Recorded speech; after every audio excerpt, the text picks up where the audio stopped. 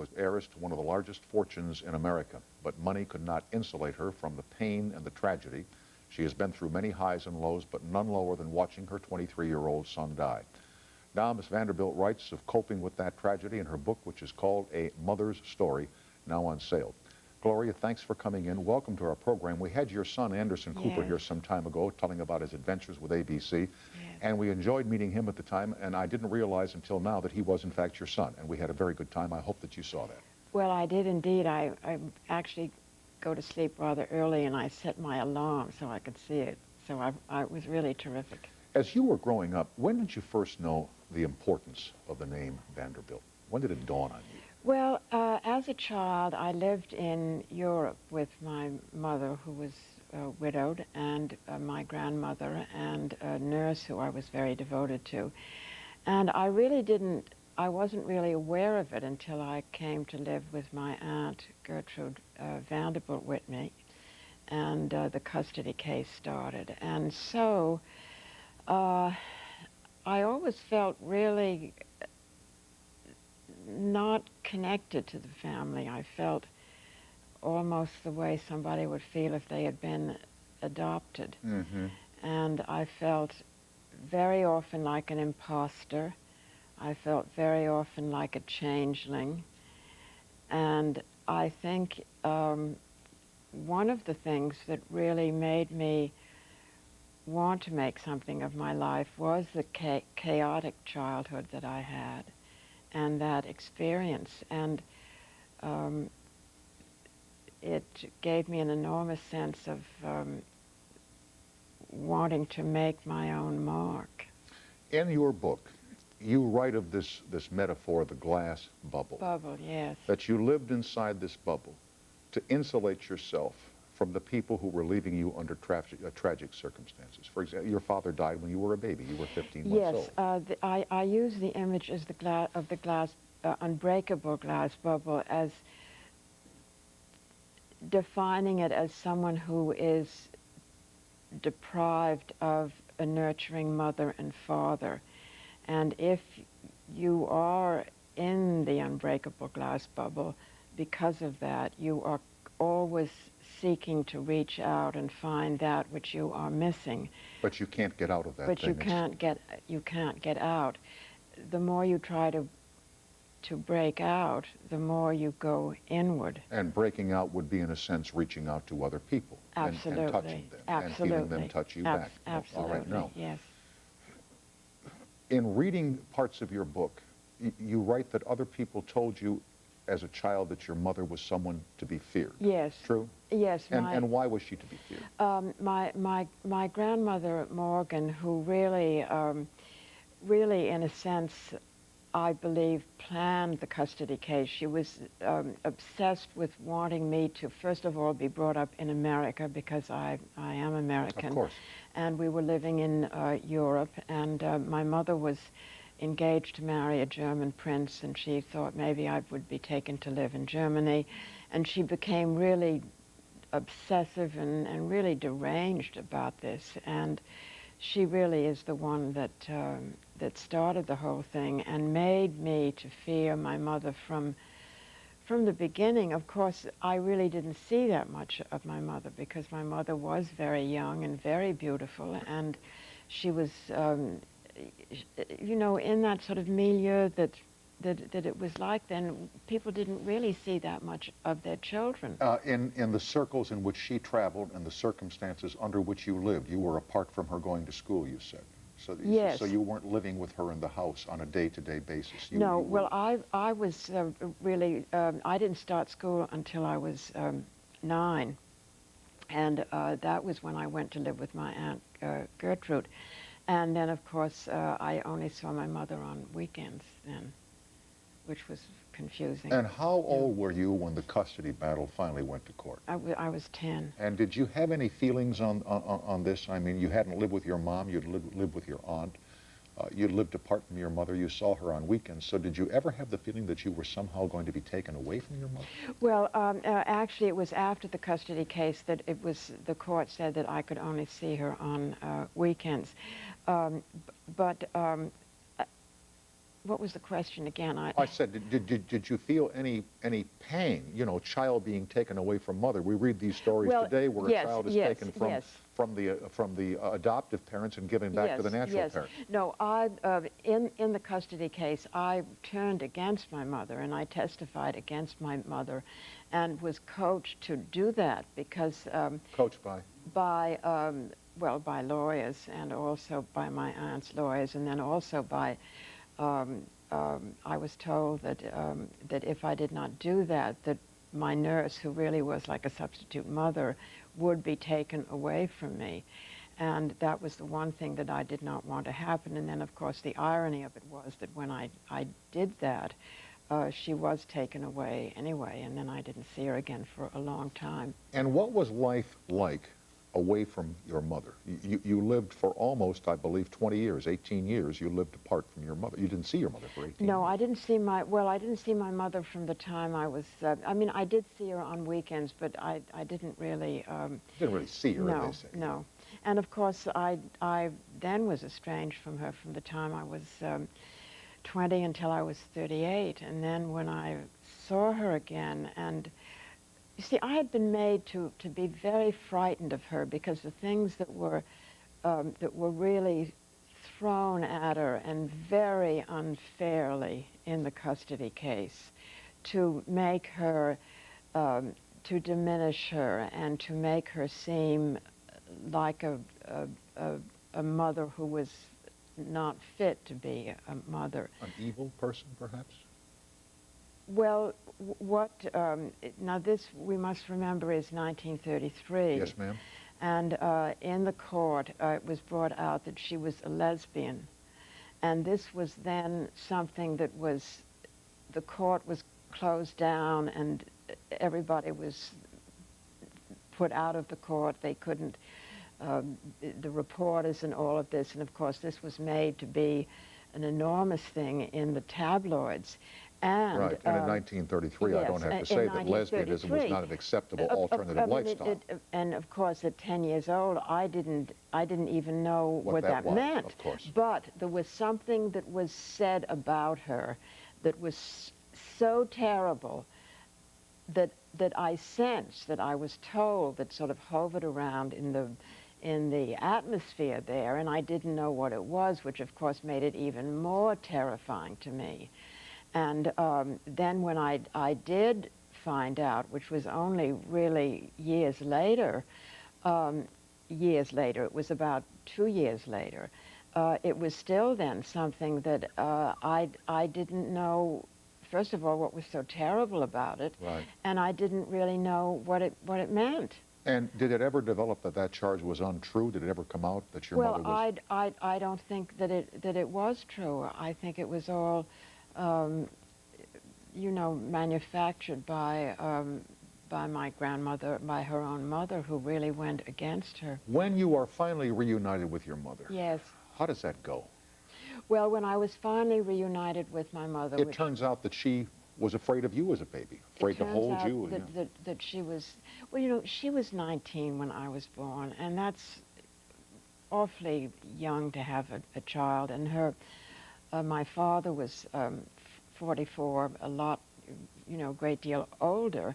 And then when he died, she went to Europe with me, and I see her really as a, you know, as a young, beautiful, a kind of Madame Bovary who, you know, it's 1925 and Paris is Paris, and it's all, it is waiting out there that we're looking for. For her, and she's 19 and 20 years old. And yes, the last thing she wants. So beautiful. And so she went to Paris and had a house, and my grandmother lived with us, and my nurse, and these two women were really my two substitute parents. And I would see my mother going out looking so beautiful, and I would want to reach her and touch her and you know, merge with her, and I always remember her going out dressed beautifully, and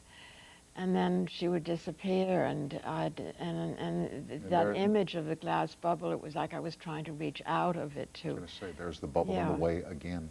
We're with Gloria Vanderbilt, whose book is called A Mother's Story, How Gloria Vanderbilt Met Wyatt Cooper, after these messages.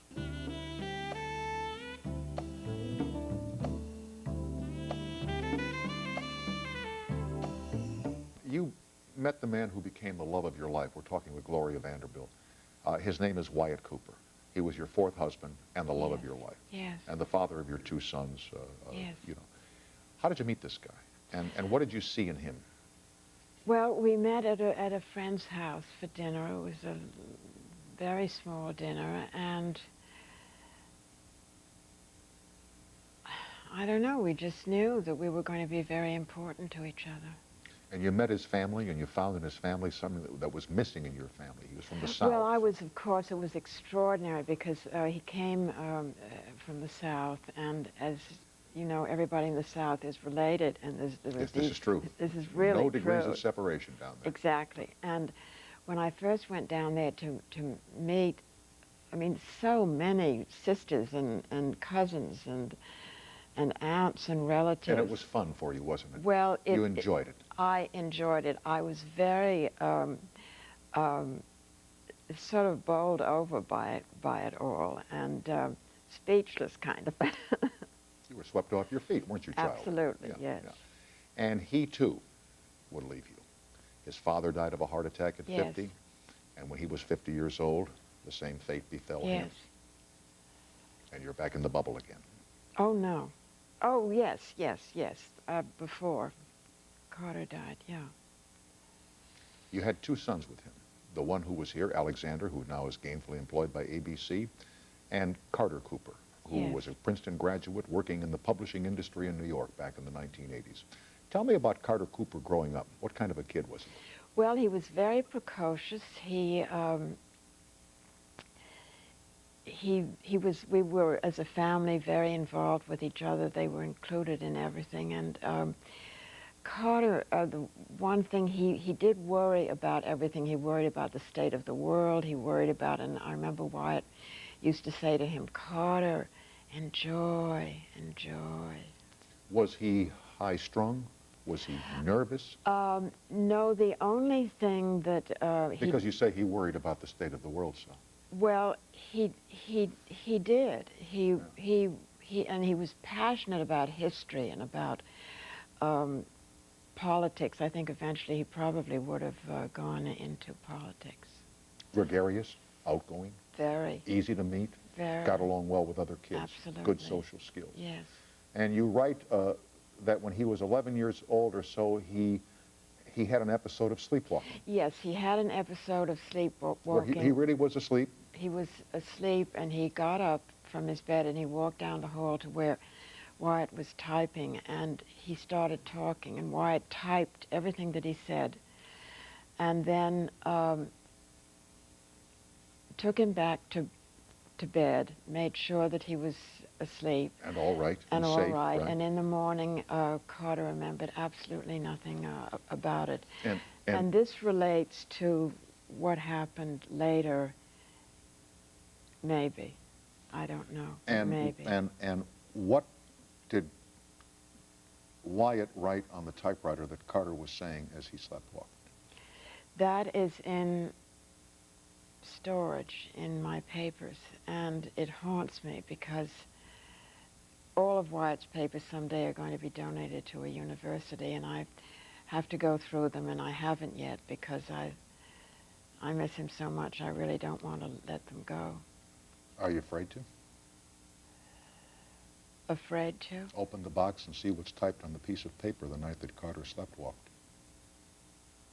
No, I want to know. So the summer of 1988, young Carter graduates from Princeton University. He's working in New York at a magazine. He's on the way to a successful career. And what can you tell me about his life then? Well, he had been very much in love with a beautiful, wonderful, talented girl, and they And as his mother, that pleased you? As his mom, that pleased you? Oh, yes, and we're great friends, and I love her dearly. She's really like a daughter in many ways to me. And they had broken up, and he didn't want to talk about it. And I tried to talk to him about it, and he didn't want to talk about it. And I thought, well, you know, it's the time that he's breaking away, he's making his own life, and so I didn't push it. I didn't push it. How difficult was it for you, though? You know, it is said, and I know this in my personal life, that there is no bond stronger than that between mother and son. It is the true bond that lasts from birth till death through eternity. Yes. And so how tough for you as his mother was it to let him go while he's going through the tumult of the breakup of his love? Well, it was very difficult, and every time I would try to, for example, I went to New Orleans on a business trip, and Pearson and I had, the girl that he was in love with had talked a lot about New Orleans, so I'd sent her a postcard from there. And when I came back, I just sort of opened, you know, try to reach him. I said I was in New Orleans, and I sent Pearson a postcard, and he froze up, and he said, "How about a little support here, Mom?" And he walked out, and I said, "Carter," and I tried to reach him for a couple of days on the phone. He wouldn't. He really just, he was a very private person, and he was also very conservative in many ways. And would you say that with the breakup of Carter and Pearson, Carter might have become a little depressed? Oh, I think so. In the dumps down? Yeah. I Well, think understandable, definitely. understandable, Yes. right? And on July 22nd or thereabouts, he comes to your house. He's been in his own apartment. He can't sleep. He comes to your house. Why? It was a Friday, and he came in, and he said that he was moving back home. And I said, "That's great," because his room was there, and I said, "That's wonderful." And? And then he said that he had a date with, he had started seeing another girl, and he asked if he could have our car. He wanted to take her out to Brighton Beach, where he liked to go. And he asked if he could have the car on Saturday, and I later found out that he had talked to Pearson the night before and had made a date with her for Monday. He was going to see her on Monday. So he was talking about the future. He was looking had forward plans. to Oh, using the yes. car on the weekend, seeing Pearson on Monday. Yes. Hope springs eternal within the human breast. One never Yes. knows, all right? Exactly. So you have no inkling that there's anything terribly wrong. No. Except that he does complain to you that he hasn't been able to sleep for 3 nights, which is understandable if one is distraught over a love gone wrong. And you try and comfort him, and he then nods off and begins to get some rest, which pleases you. Yes. But I had read him a short story before. And this is the strange one to me, because the story almost foretells the future. Well, this is what is so, it was a story in the New Yorker by Michael Cunningham, and actually tonight I was so pleased because I was in Brentano's signing books, and I heard from Michael Cunningham's parents to sign a book for Michael Cunningham. Anyway, the story in the New Yorker by Michael Cunningham, it is called White Angel, and in the story, a young man runs, his parents are having a party, and he runs through a plate glass door and dies. Now, but he's not killed from running through the plate glass door. Yes. Isn't he killed because he falls off a balcony and falls? No, he runs through the plate glass door. I misread. No, but it's similar. It connects, and I think that sleep disorders, he never liked to have naps in the afternoon, and when I'd read the story, and it was it was this hot day, and he didn't want the air conditioning on, and I went out and I came back and he was asleep, and I thought, should I wake him up? And Uh-uh. I thought, no, he hasn't He's slept for sleeping. 3 He nights. hasn't slept for 3 nights. And you leave him asleep. I leave him asleep. And you go to your own room. I go to my room, and then when he comes in, he is dazed and he's not himself, and it's as if he is sleepwalking. And But before he comes in, to your knowledge, he is finally resting. yes. He has plans for the weekend. Yes. Your son is under one roof with you, and you're at comfort with that. Yes. And Yes, then, we had actually gotten a tape of Bertolucci's new video release that we were going to watch that that night. evening. Yeah. Let me pause here for a moment. We'll continue with the unusual and amazing twist in this story involving Gloria Vanderbilt and her son Carter. The book is called A Mother's Story. We'll be right back. So you're in your room, you're planning to watch a video with your son Carter, who's asleep, and he enters your room. Well, there's one thing that we haven't mentioned is before he fell asleep, he said to me... May I apologize for calling your son Anderson, Oh. Alexander, but, No. but these aren't exactly names like Jack and Jill. Thank you. And thank you for not mentioning it. No. We must remember something we hadn't touched on Yes, before. that we hadn't, which is very much a part of before I started reading the story to him, he had been lying on the sofa, and he said to me, Mom, am I blinking? And now Carter, he had never done drugs. He maybe at a party would have a glass of wine, but he didn't drink. He was Right. very health conscious. Right, He went to right. the gym all the time, all that. So when he said, am I blinking? Right. I said, yes. I said, in the last, as you were talking, you blinked, 3 or 4 times. And then I said, Carter, are you taking anything, meaning a drug? And he said, no.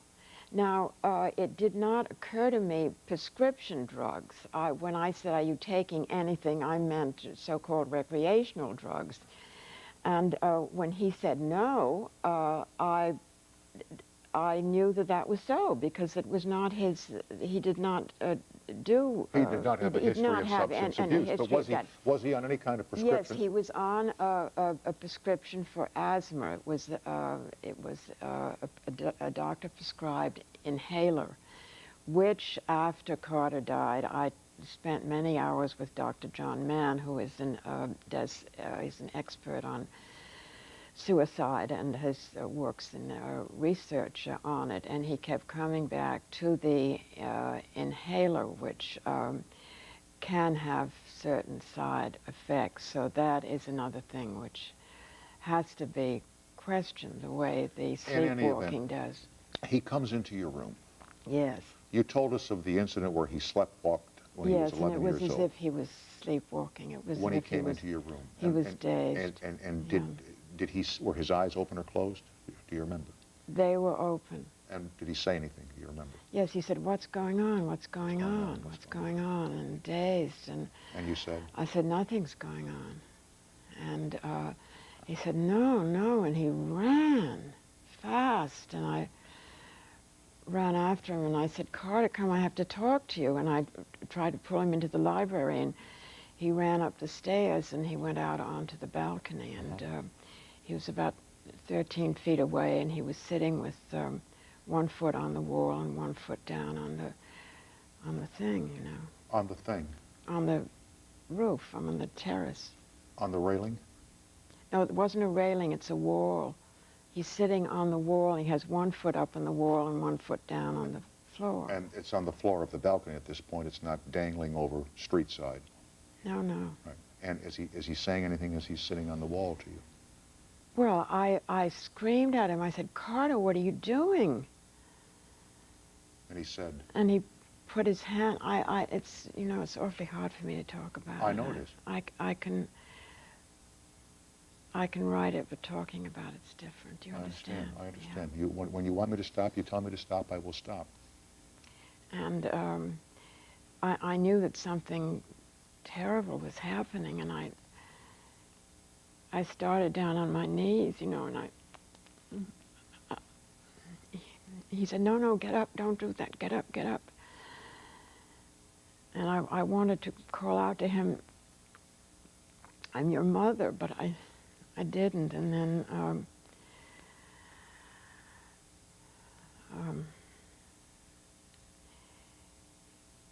you know, he could put his hand against me like that, don't, like that. And I would have risked going to pull him off, but it was too far away. If it had been like where you are, Right. I would have. And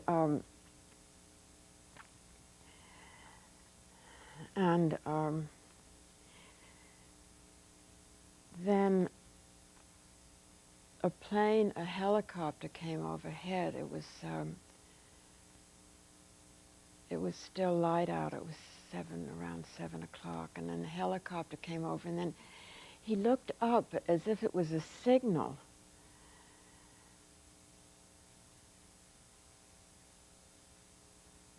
And before that, he started looking over.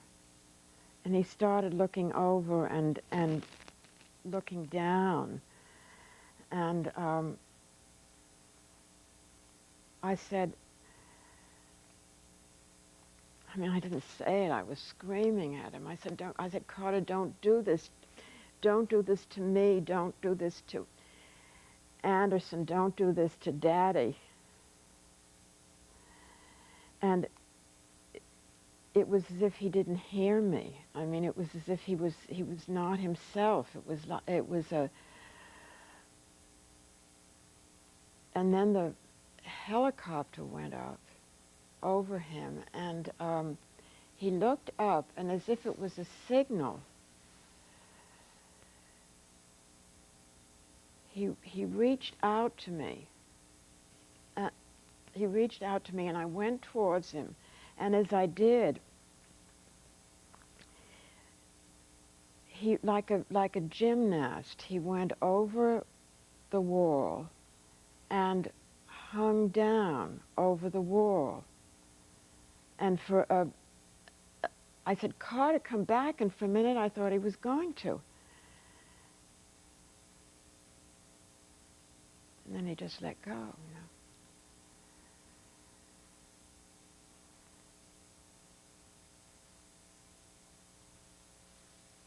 We will continue with Gloria Vanderbilt. A Mother's Story is the title of the book.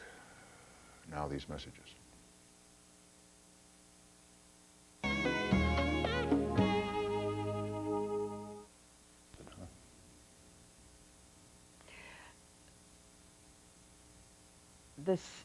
The sirens, and then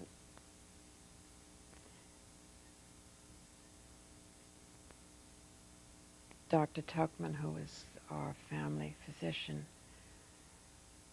was there suddenly. I have no recollection of time, and right after it happened, when Nora went down, I started calling people on the phone because I thought each one was going to tell me that it hadn't happened.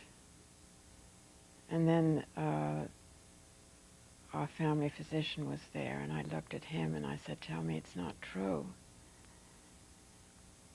And then I just saw in his eyes that it was, you know. And You write that you started making noise. I started screaming, yes. And you write that the bubble burst. And that's when it burst, yeah. And you could touch people again. Yes. And the first person you touched was Anderson? Anderson was in Washington when it happened. I was surrounded by the most incredible, my friends and family were suddenly, many of them, the ones that were in New York, were there. And at first,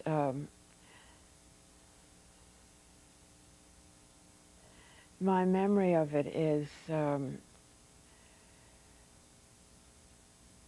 is not really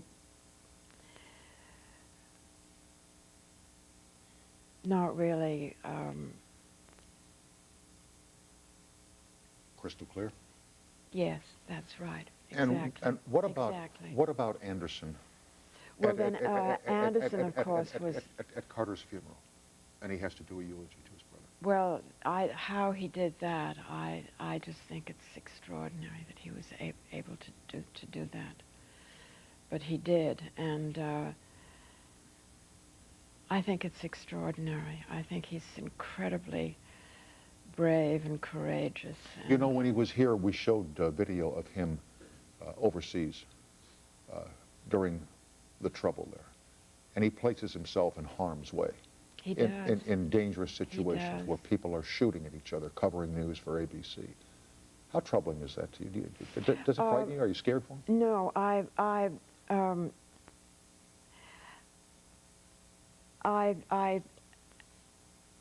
have total faith that, which is actually my belief really about everything that happens, that there is a reason and a plan for it. And I know he's going to be all right. Mm-hmm. And after Carter died, did you seek the counsel or the help of other parents who Yes, who had lost children? I joined a support group. Not there were of course other parents there of not only a child but a relative or friend who has taken their own life, and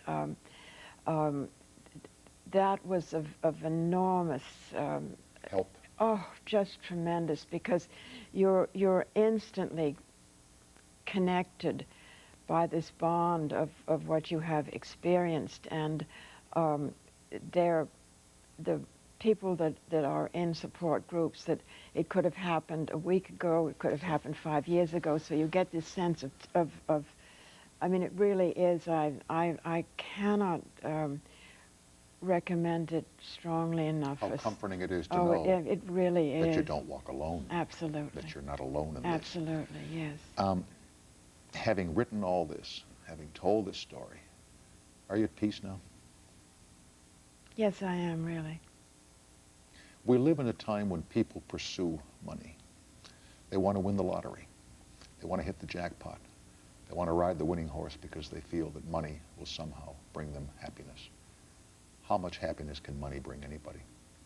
Well, I think it's very nice to have. I can't say that I don't. And as far as pain and suffering, we really cannot know joy unless we experience pain, and that's what makes us know we're alive. I cannot thank you enough for spending your time with us here tonight. I know this has not been the easiest interview you've probably done, nor has it been for me, but I truly appreciate your being here, and I wish you well, ma'am. Thank you. My pleasure.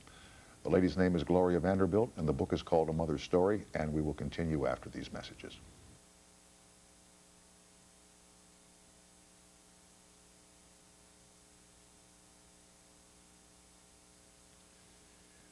I'm sorry we didn't get your calls on the air tonight if you were waiting, but it just really got very compelling here for a short while.